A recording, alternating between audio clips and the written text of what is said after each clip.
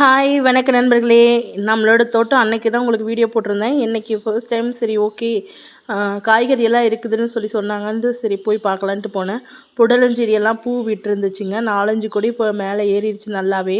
இன்னும் ஒரு வாரம் போனால் காய் இருக்குங்க. இதுக்கு இடையில பார்த்திங்கன்னா தண்டுக்கீரையெல்லாம் இருந்துச்சு. பார்க்க ரொம்ப சந்தோஷமாக இருந்ததுங்க.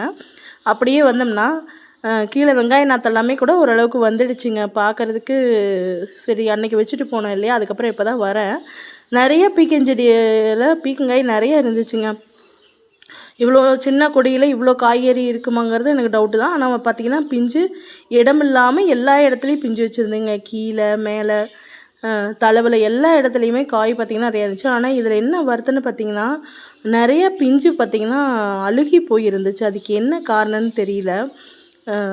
இது பார்த்திங்களா வெள்ளரி செடியில் ஒரே ஒரு வெள்ளரி இருந்துச்சு. ஒரு பிஞ்சுனால் ஒரு பிஞ்சு நம்மளுக்கு கடையில் காசு போடாமல் கிடைக்குது இல்லைங்களா, அதனால ரொம்ப சந்தோஷங்க.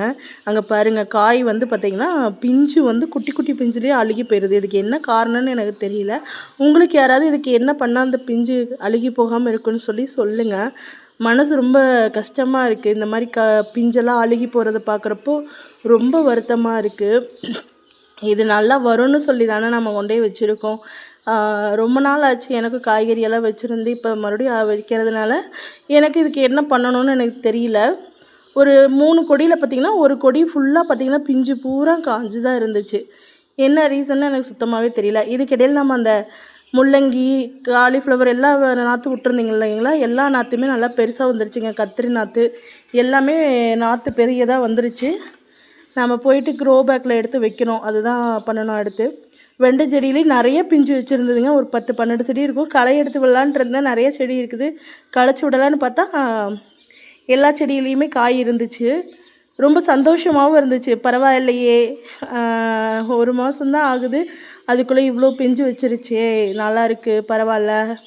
இன்றைக்கி எங்களோட முதல் அறுவடையும் கூட இதுதான். வெண்டைக்காய் தான் முதல் அறுவடை.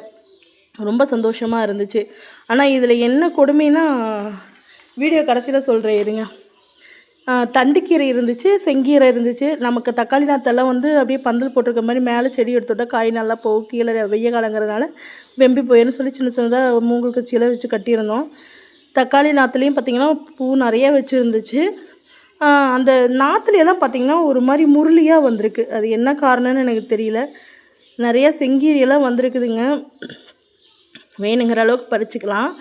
நம்ம நாளைக்கு வீட்டுக்கு தேவையானது எல்லாமே நான் வந்து பறிச்சுட்டு வந்துட்டேன். இதுவே போதும். கொஞ்சம் பொரியல் பண்ணிவிட்டு நம்ம இந்த கீரையை பொரியல் பண்ணிட்டு வெண்டைக்காயை குழம்பு வச்சுக்கலாம்.